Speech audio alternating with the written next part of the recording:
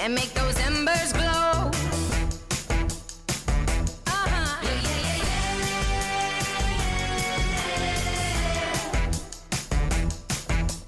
I'm on my way, and I don't skip a beat.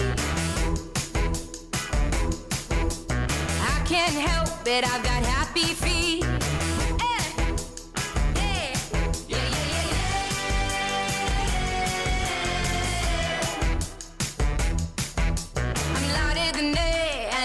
So good, I do what I understood. There's no stopping me when I'm doing my thing. I'm doing my thing. I'ma do me. You know what I mean. I'm on fire.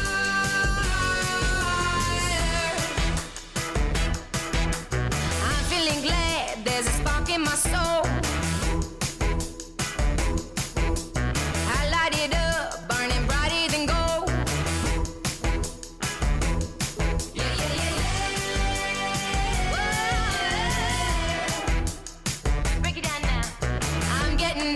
Feel my heart go zing. I'm clapping my hands and I'm pulling these strings. No stopping me when I'm doing my thing. I'm doing my thing. I'ma do me. I'ma do me. You know what I mean. You know what I mean. I'm on fire. Yes, I am. I'ma do me. I'ma do me. You know what I mean. You know what I mean. I'm on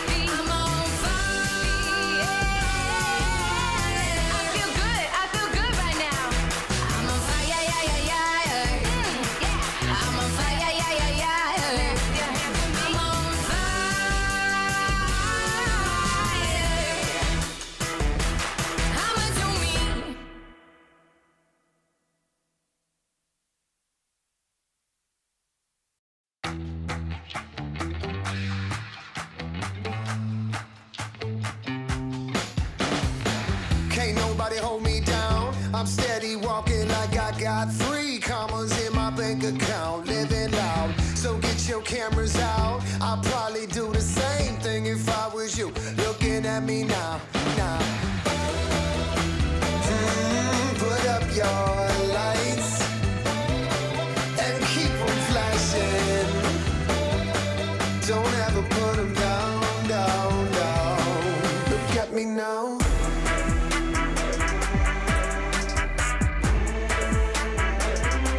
Look at me now.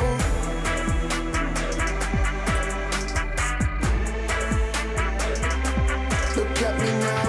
Good God, I'm looking sweet. Right now I'm feeling like a slice of heaven, and you wanna sink your teeth in me. And the way that I move my feet, it's like I got this whole world spinning round to the rhythm of my heartbeat.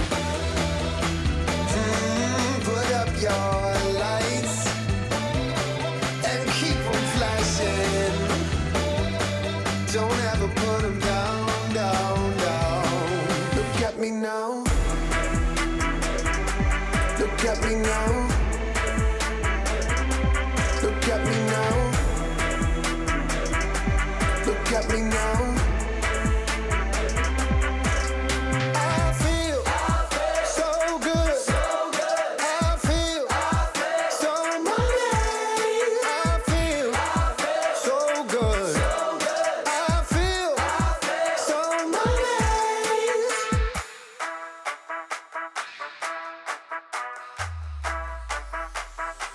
Look at me now. Look at me now. Look at me now. Look at me now. I feel so good. I feel so money. Look at me now. So good. I feel so I can't seem to focus, and you don't seem to notice I'm not here. I'm just a mirror. You check your complexion to find your reflections all alone. I had to go. Can't you hear me? I'm not coming home. Do you understand? I've changed my plans, 'cause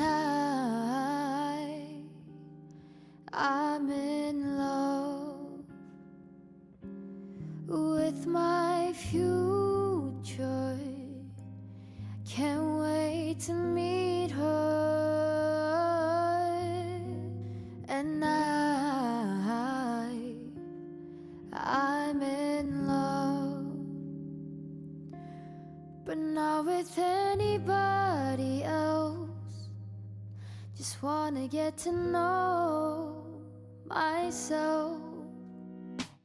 I know supposedly I'm lonely now.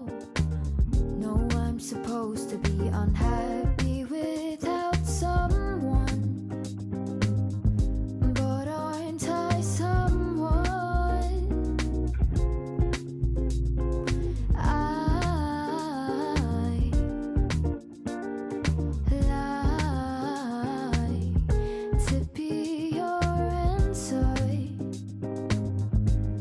You're so handsome,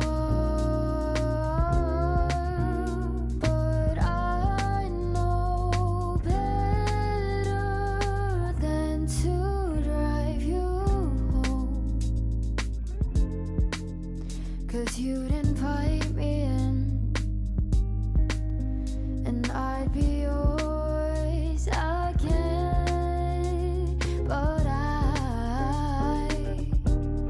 I'm in love with my future, and you don't know her. And I'm in love, but not with anybody here. I'll see you in a couple years.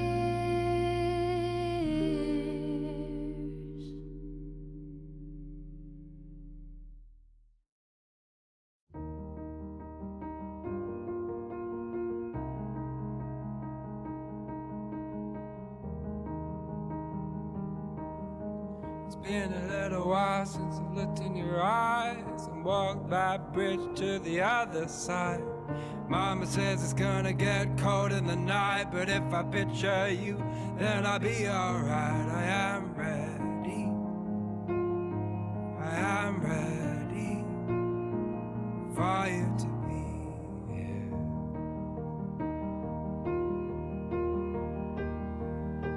It's been a little while since I held your hand, so my arms won't stretch to your distant lands.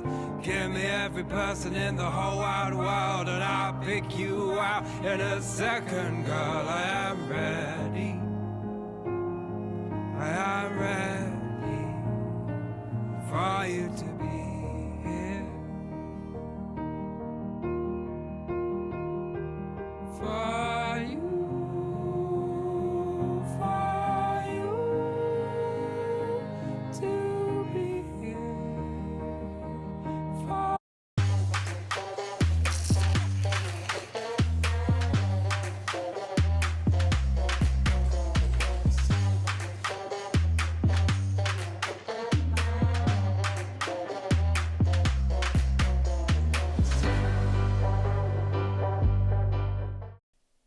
No guide, no CAD cam, no flap, no sutures.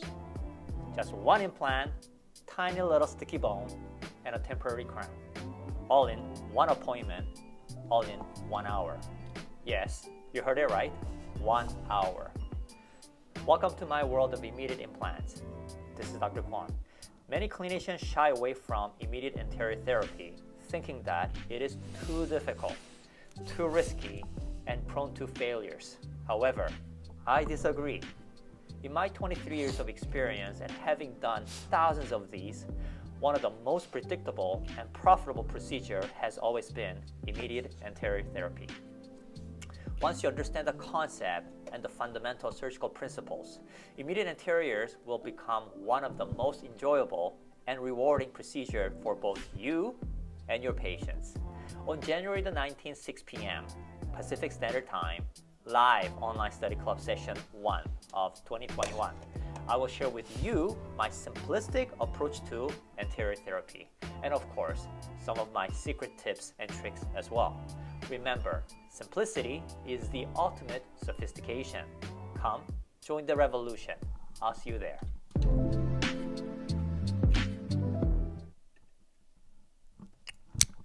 Hello, we're live. How's everybody doing? Can everybody hear me okay? So believe it or not, this is the episode 9, if you believe it. So yeah, so it's already been a 9th episode since we started this. So I just want to just let us know if audio and the visual is all good. If it's all good, I'll start. So thanks for joining. Weekly late coffee show, uncensored, live, coming right at you from my home studio. All right. So tonight's episode brought to you by, okay, here you go, Sangwoo's Coffee. All right, excellent. Let me just check here. I didn't really get to do oh yeah, okay, good. Okay, so this is all working okay. I'm just going to double make sure. All right, so okay, fantastic. San is joining from Winnipeg, Manitoba. It's midnight. I can't believe that you guys are joining all day from a different time zone. That's fantastic. So you know what? Let's start the show. So tonight's show is there's a two topic that I wanted to cover. Well, basically today is like a Dear Abby, ask me anything. There's a couple questions that's always seem to come up, one more than the other. One is the FP1, FP2, and FP3 prosthetic terminology and classification. And second is my suture technique. I don't use too many sutures, different technique. I'm not really fancy in that way, but there's one suture that a lot of you guys have been asking whenever I do anterior cases or GBR cases, which is a sling suture. So I'm going to limit today's topic to those two. Okay, hope that's okay with you. All right, so let's get to it. Let me go into picture-in-picture. Hope you guys can see me all right. So FP1, FP2, and FP3. Also, by the way, you guys are more than welcome to just interrupt me, ask questions. I typically go anywhere from 30 minutes to an hour, but we can drag on if you want to. And those of you who cannot stay throughout the whole session, I will keep the live recorded version for 24 hours. So if you miss it, then you can watch it tomorrow, and I'll take it down tomorrow at midnight. Okay. All right. So FP1, FP2, and FP3. Here it is. Here's a question that I got. Hi doc, I recently watched your YouTube video on the minimum bone reduction for all on X and respecting the biology. You mentioned that you use Artugate for your stent and implant planning, and mentioned that they have some classes about this. Would you provide a bit more info on this, right? Okay. Where do I start? As you guys know, I do a lot of full arches. I've done over 1,000 arches for sure. I think I'm hitting probably 1,200 arches. And majority of my full arches started because of all on 4. Yeah. And if you haven't watched my YouTube video, it was recorded version of a mid-neck. I was invited last year? Yeah, last year, I think it was November. They were doing a title called Normalizing Digital Dentistry, and they asked me to do about a 1 hour recorded lecture on it, and the title is Sawubona, my digital journey, my fantastic digital journey. Please do watch that, because in a nutshell, in that 1 hour lecture, I explained to you my journey as an implantologist, more specifically full arch implant dentist, and what kind of a roller coaster I went up and down.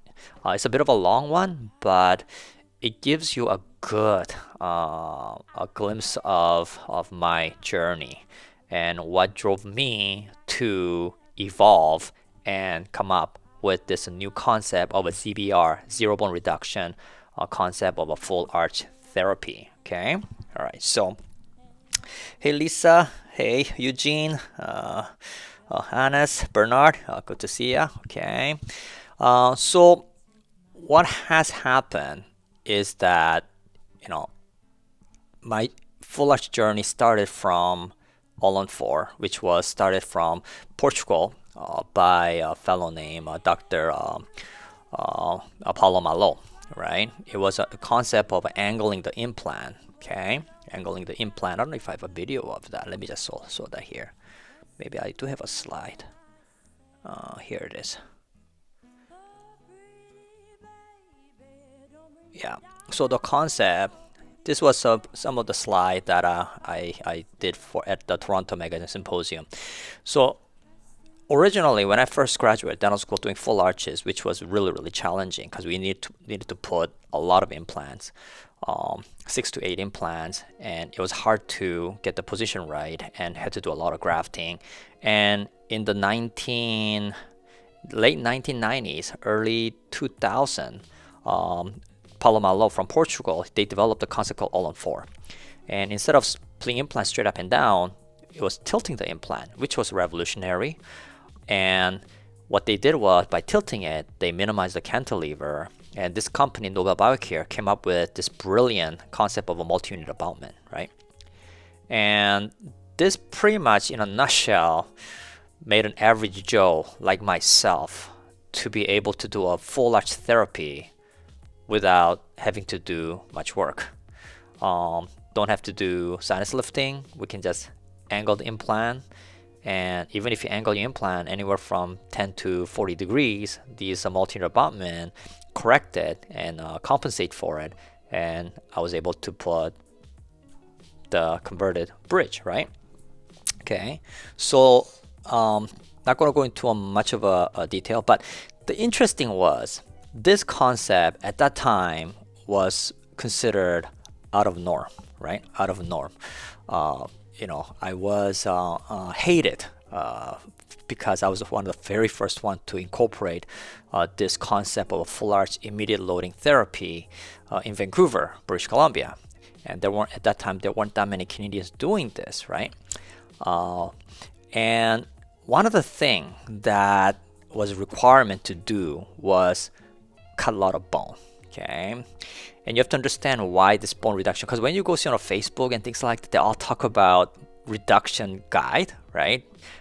Surgical guide, which allows a surgeon to predictably reduce the bone, right? So if you're new to this game, you're thinking bone reduction. Why is somebody doing a lot of bone reduction? Why is Dr. Kwon not doing bone reduction anymore? Well, I used to, and this was a thing, right?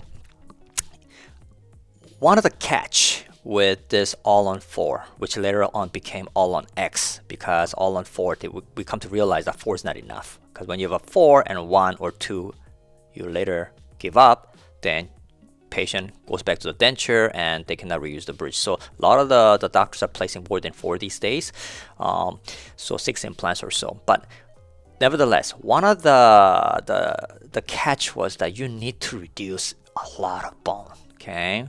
Because the temporary prosthetic at the time was made out of acrylic, which is denture, basically denture teeth, denture acrylic, and everything was made by manually, right? So where does a denture get strength, right? Denture gets strength from thickness. Makes sense, right? If you make it too thin, what happens is break, right? That's what exactly happens, right? So that was the issue. And so in order to counter set that, what we had to do was to increase the thickness of the acrylic. So in order to do that, we had to cut away a lot of bone. If you don't cut away a lot of bone, basically you're going to have a risking of possibly breaking your prosthetic. And it's not just a temporary prosthetic. If you don't reduce enough bone for the final prosthetic, which is oftentimes have a bar underneath it, right? And basically this is a video showing how we do everything freehand, and we convert the denture, as you can see on the bottom right side, and you basically turn the denture into a bridge by picking this up. It's a very simple concept. Like every Joe can do this, right? And nowadays, what's happening is this has become a mainstream. Do you get it? Like something that was what I was doing 15 years ago was so like radical. I was called like a black goat, right? A rebel, right? And now this has become mainstream. Everybody's reducing bone. And why they need to do it? They need to reduce bone to get the height for the temporary as well as the final, because final also has a bar structure, that substructure, but it doesn't make the bridge strong. It just prevents it from whole thing coming into half, right? Because the bar takes up the room, and acrylic thickness gets compromised, so you actually end up with more breakage sometimes, right? So the thing that we used to teach, when we used to teach all-on-4, and I used to teach a lot, we had to make sure that they cut away a lot of bone. That was the issue. So hence the terminology of FP1, right? FP1, right? Okay, I'm not going to go through everything. So this was a slide, right? FP1. This is a FP1, FP2, and FP3. So what it was in a nutshell, if I were to explain to you what FP1, FP2, and FP3 is, simply FP1 is normal crown height. Okay. For example, when you have a patient comes to you and they've lost a molar recently, and you socket graft and then place an implant and restore it, what you're pretty much getting is a similar size of the original tooth. There's no pink gum. You're just replacing the crown portion. We call that FP1, which is the most closest thing to what the patient is missing. That's FP1. Okay, because patient didn't lose that much bone during the healing time. Now FP2 is, for example, if you have a patient come to you and patient lost a tooth for, let's say, 5 or 6 years, they lost a tooth, but also they lost some bone and the tissue. So when you restore that with the implant, the crown is going to be naturally looking a little bit taller, longer than the patient's original crown, right? That's what we call FP2. As this diagram shows right here, is slightly longer than the FP1, right? But still, you don't need a pink gum, right? Then what is FP3, right? FP3 is when there is enough bone and the tissue loss, so that you not only have to replace the tooth, but you also have to replace the missing bone and the tissue. That's why you're forced to use like a pink gum or pink porcelain. Because if you don't, when a patient smiles, it's going to look hideous, like it's going to look like a donkey tooth, right? Okay, so that's the situation, right? Okay, I have lost. What's going on here? Yeah, so that's the situation, right? So that's FP1, FP2, FP3. So where is the issue? The issue was this, okay? Over the years that I had a hard time with, every time I did all-on-4, all-on-X procedure, was that whenever I was doing it, I had to remove the bone, perfectly good bone. Okay? There's no other good reason to reduce this perfectly good bone except one reason, right? For the prosthetic height and for the temporary not to break. That was the only reason. And that bothered me, right? That bothered me a lot, because what was happening was I was doing this, right? Okay. just eating me up. And there's this famous quote say, when all you have is a hammer, everything starts to look like a nail, right? My mentor, Dr. Ivan Fortin, probably the greatest implantologist in the world. Okay, I was so lucky to have him as my mentor during my early years of training, and I was doing a lot of all-on-4 with my partner, Dr. Stephen Bongar, probably the greatest all-on-4 surgeon in the world, who is a Toronto Chrysalis. When we were taught zygoma surgery from Dr. Ivan Fortin during the lunch, Ivan told us something. They said, the amount of the bone reduction that you guys are doing is unethical. Okay, unethical, and that's the word that I hate the most, right? On being unethical, because I never consider myself as an unethical person, but he used a harsh word, right? And we looked at it and we thought, what do you mean? We have to reduce bone, otherwise, you're not going to be able to get that aesthetic result, right? You have to reduce the bone, especially when a patient has a high smile line. You have to reduce even more, a lot. And he said, you know what? Later on, Mark, you will understand what I'm talking about. And he was right. Okay. When I had hammer, which was all-on-4, all-on-X, all I saw, all my patient, edentulous patient, was a nail, right? So this is what we did, right? We reduced the bone, and this is in fact what we were doing, taking those terminal dentition out, and then we were basically removing all these bones just so that we can retrofit our prosthetic. See, the idea of Ep1, Ep2, Ep3 was not, this terminology was not made for this purpose. The prosthetic thickness is determined by the biology. Where the patient come with not enough bone, then we compensate by making the prosthetic, right? Whether it's FP1, FP2, FP3.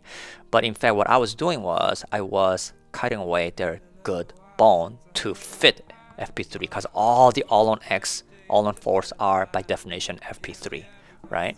So that was what the situation was. So, and then of course, later on, with Dr. Danielle Kim, my prosthetic doctor, we went on to go on a journey to find a way to treat patient without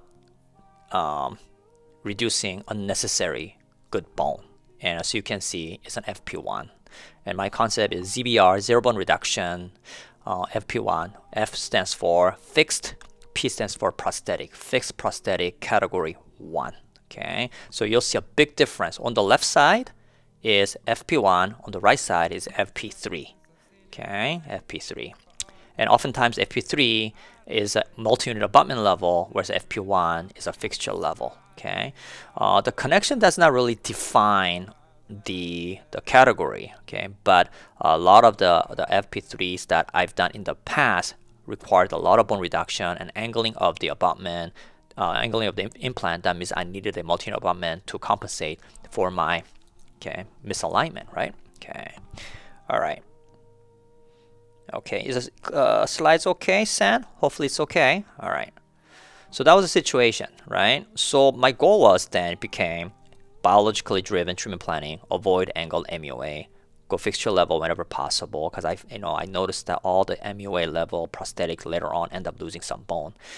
We wanted a perfect fitting transitional bridge. We wanted a slim design, and we wanted a hygiene driven, something that they can clean. Okay, a lot of conventional all-on-X bridges is hard to clean. Waterpik didn't do the job. Doesn't matter how good the design of the intaglio was, and no conversion, no denture teeth, and make a stronger transitional bridge. So that's what my journey began about 3 years ago. And patient like this here on the top, we ended up doing FP3, and on the bottom we ended up doing FP1. Okay. That's because patient has so much bone loss at the back there. Now, if I were to treat this case again, I don't know if I would do exactly FP3 on the maxillary. I might even really try to attempt to do FP1. This is a bit of an older case because I've come to realize that we can regenerate a lot of bone, more than people think. Okay. Now that's the interesting thing, right? I started as a pioneer, like the rebel, doing all-on-4 bone reduction, all this, bone reduction and everything. Start teaching doctors for over like how many years, and then now I'm the opposite. Everybody's doing all-on-4, all-on-X bone reduction, and here I am saying that no, you don't need to reduce bone. And the reason we don't need to reduce bone is because we have technology now, digital, right? Digital technology. And with the digital technology, we cannot mill the bridge fast enough in a single day, but we can definitely do it overnight, right? Like we inserted the top and the bottom, okay, and it's a perfect fit. And this is milled out of a single block, so it's not like a denture teeth conversion where things, cracking and chipping and things like that. This is a one piece. Some country, they provide this as a final prosthetic for people who cannot afford the final. So before, after, okay, you see the difference. On the top is an FP3 multi-nerve abutment level, much thicker prosthetic as you can see here. Was up in the bottom, fixture level, everything straight up and down, and the bottom bridge obviously will be segmented into 3 separate bridges, right? Okay, and I will present this case next week from start to finish in how we've done it. So if you're interested, join in next Sunday at 10 p.m. and we'll go over and dissect this case step by step, right? If you're interested. And what really made a big difference to me is a CAD CAM, and specifically R2 gate, MegaGen R2 gate. One of the main reasons why I went with R2 gate, MegaGen, is because of R2 gate, their digital system. And their implant's pretty good, right? It's pretty good, but their digital wing of their company is incredible. And this video is showing the patient came with teeth all failing, but I didn't want to cut away bone. In this case, I didn't want to cut away bone. I wanted to be as minimally invasive as possible. So we extracted the teeth, hardly any flap, and the surgery only took me maybe hour and a half, right? And then next day, the patient goes after about 2 or 3 hours of a surgery and prosthetic pickup, goes home, and then comes back, right? Next day. So what's the big deal? Whether it's a teeth in a day or teeth next day, right? Okay, patient doesn't care. They can tolerate not having teeth for 1 day, but what are they gaining in return is much biologically driven, preservation driven surgery and prosthetic. They're getting beautiful prosthetic, CAD-CAM milled, much better quality to the fixture level that is going to provide the gingival health for much longer time, right? So that's what you get, right? It's been a really an amazing journey for me, being able to do FP1, not having to cut away a bone unnecessary, and it's been really refreshing. It's almost like my second wave of career. The digital has allowed that, right? To me, digital, whether it's a freehand or digital, it's just a tool. What has allowed the R2 gate has allowed for me, my practice, is to do a proper implant dentistry without compromise due to the efficiency and accurate planning. Okay, so that's been a fantastic journey for me, and we do these weekly basis. We do so many of these, and I feel great about it. Okay, unfortunately, the reality is that the rest of the world hasn't caught up to accepting my philosophy yet, right? That they are not there yet. Okay, and I understand it. That's why a lot of the doctors say, I want to do courses and this and that. I can do the courses, but it's more than just learning. You need to bring your whole team. If you're a surgeon, you got to bring the prosthodontist with you. If you're a prosthodontist, you got to bring your lab technician with you and a surgeon with you, because one good surgeon will not make the FP1 work. One good prosthodontist not going to make this FP1 work. It doesn't matter how good the technician is, lab is, if you cannot collaborate with your surgical and prosthetic doctors, it's not going to work. Only reason it works in our office, our clinic, probably the only place in this country that can do this, is because we have surgical team, prosthetic team, and we have a dedicated in-house lab with 6 technicians. How many clinic has that?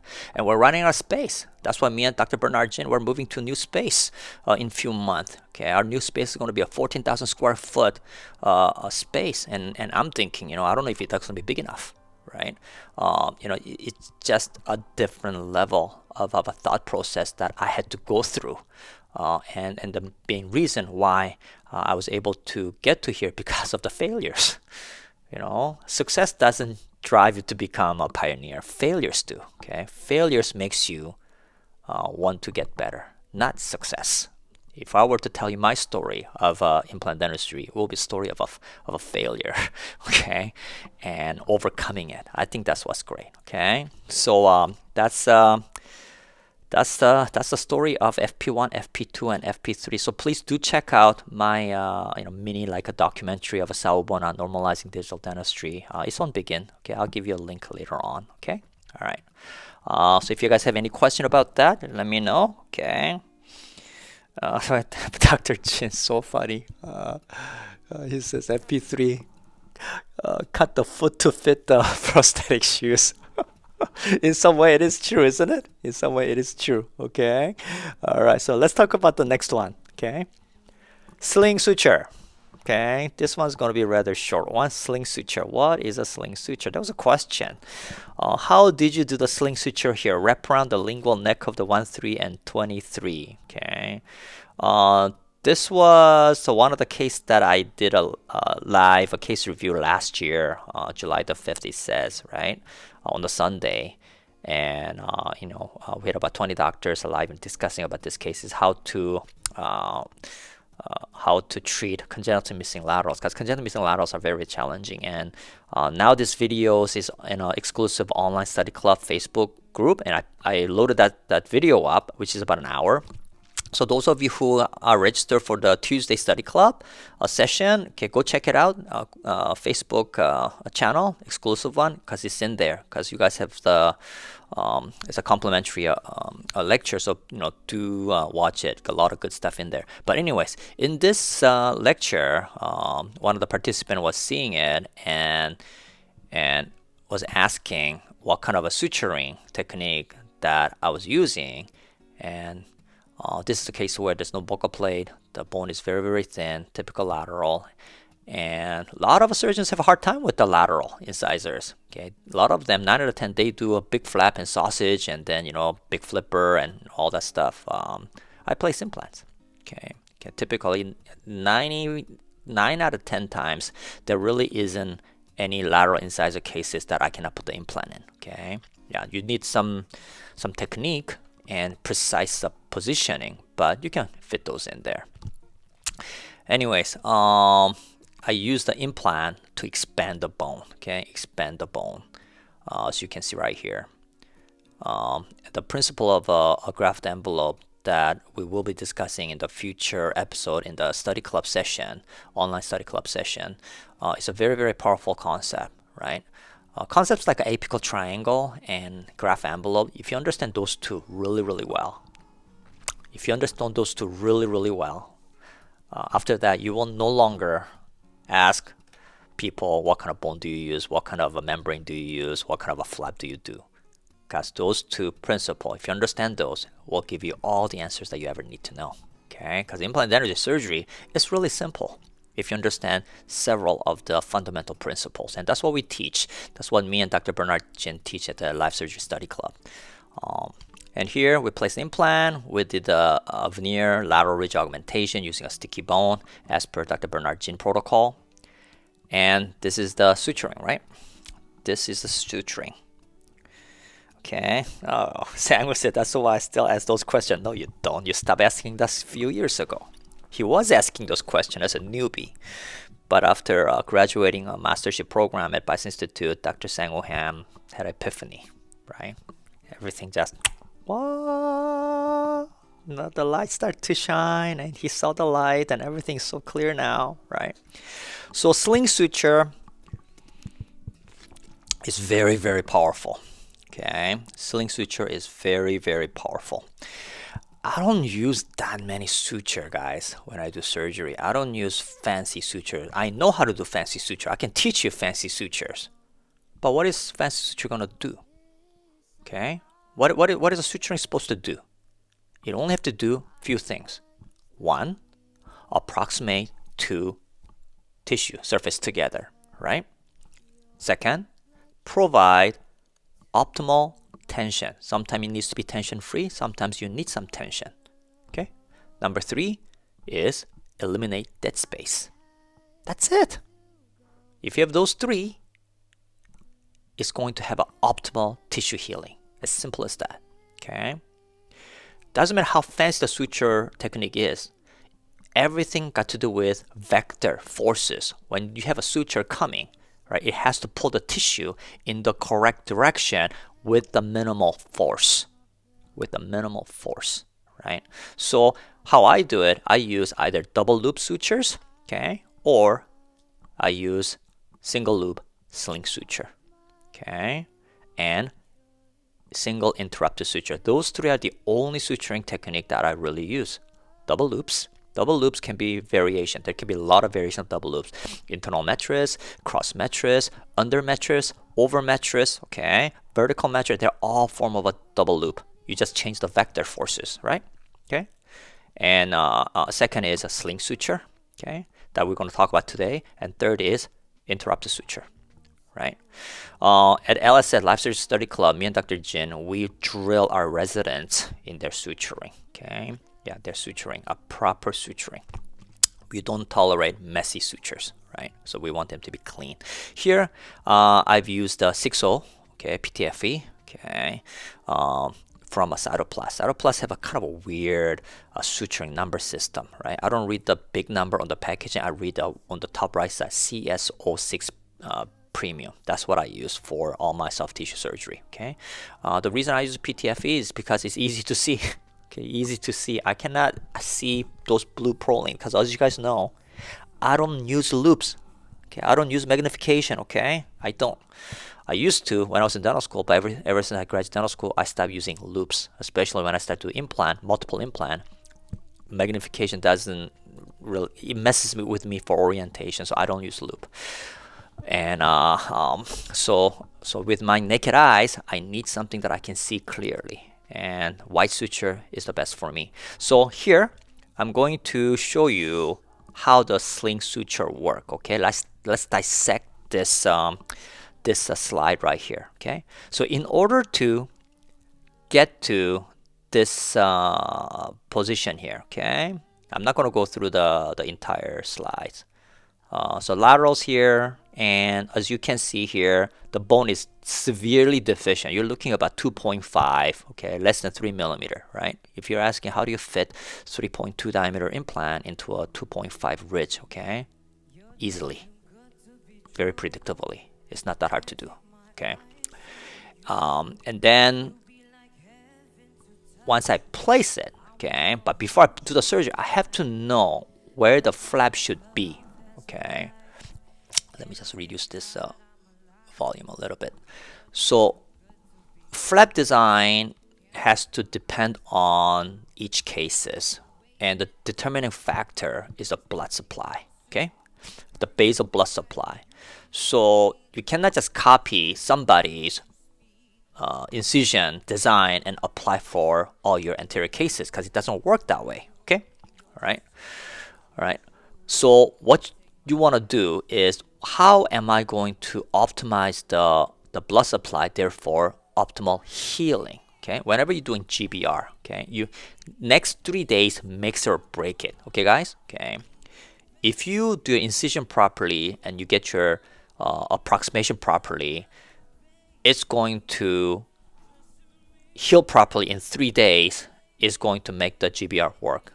If your incision or flap design is wrong, and you're struggling to close those tissue, and if they don't close properly in the next 3 to 5 days, you're gonna lose those graft. Okay, it's a very simple game, right? So tissue flap design is absolutely important, and it's all got to do with biology and anatomy. So here I use what I like to use called the remote incision. So remote incision, I'm going one tooth further. Okay. Further you go, the better it is, because what it's going to give you is a wider base of blood supply. It's simple as that, okay?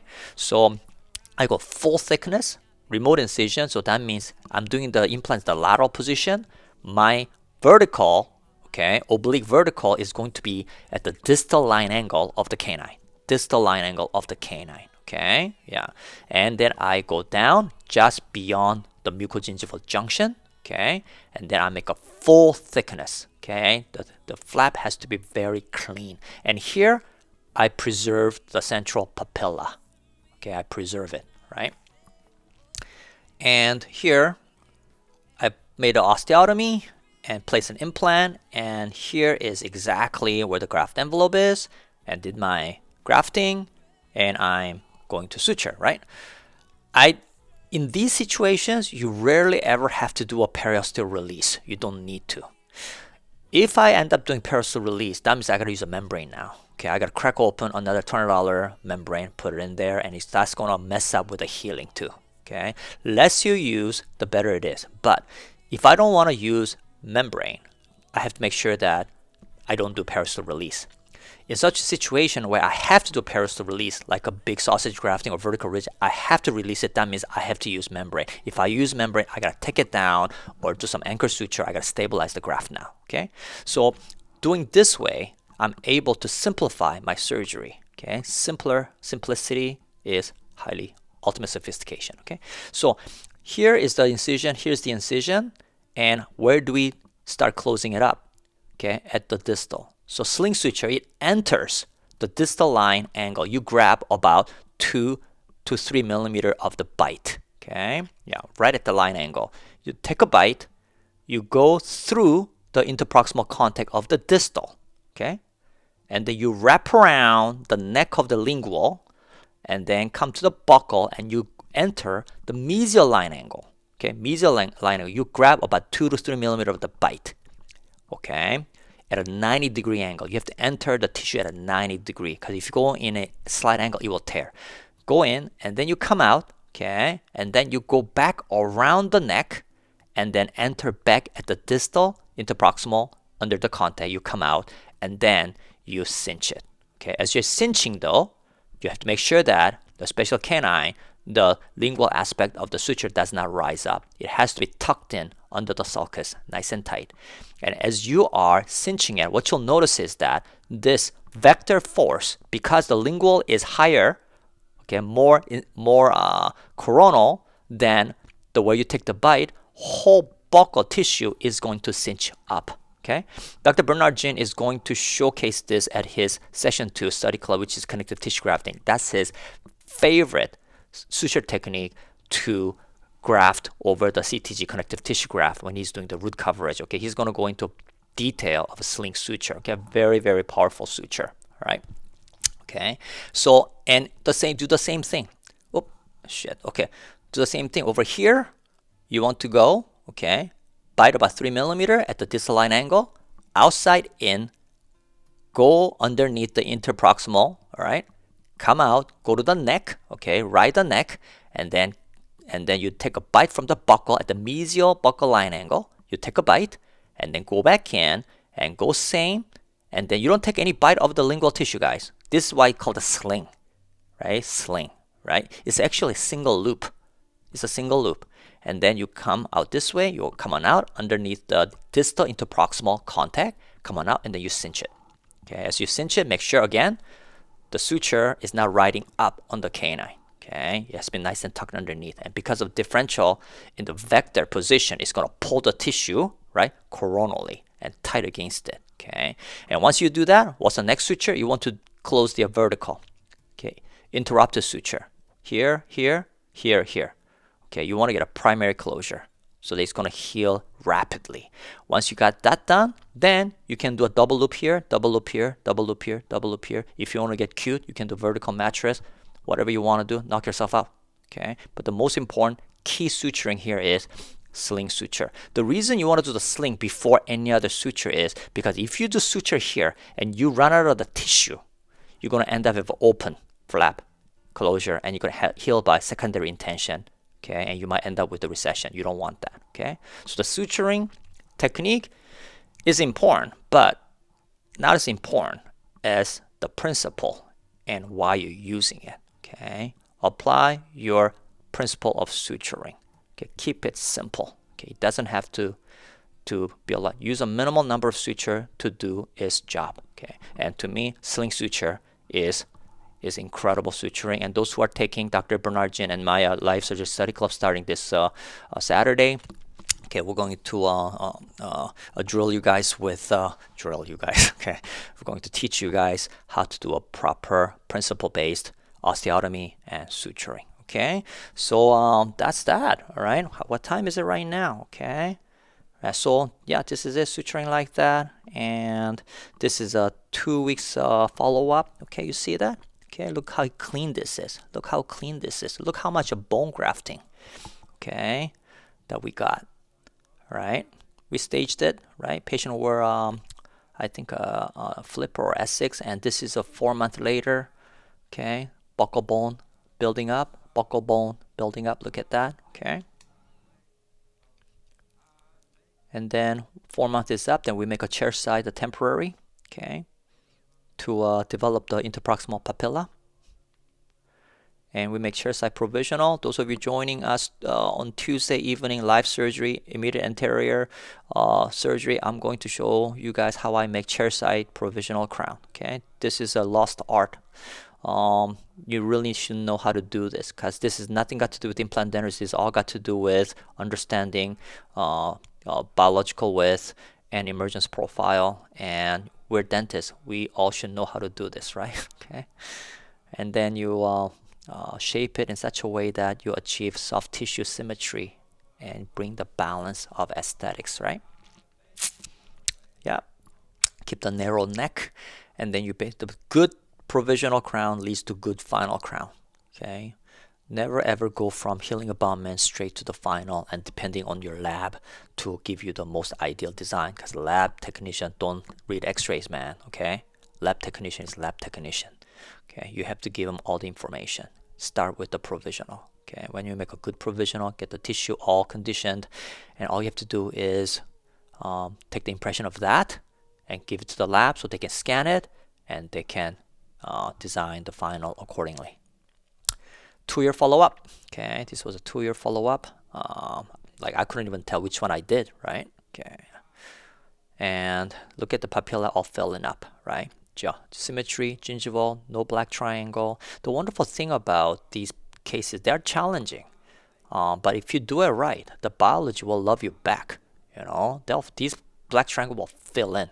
I hardly ever have a black triangle doing cases on a young people like this, because a lot of people who I get to do it, they're in their early 20s, late teens, and their healing potential is just incredible, right?